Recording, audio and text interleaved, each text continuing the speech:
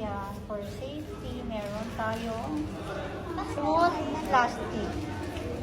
Today is my 3D ultrasound dito sa Hello Baby sa may Fisher Mall. And ito na, papasok na kami sa ultrasound room. At before nyan, ito ang kanilang reception area.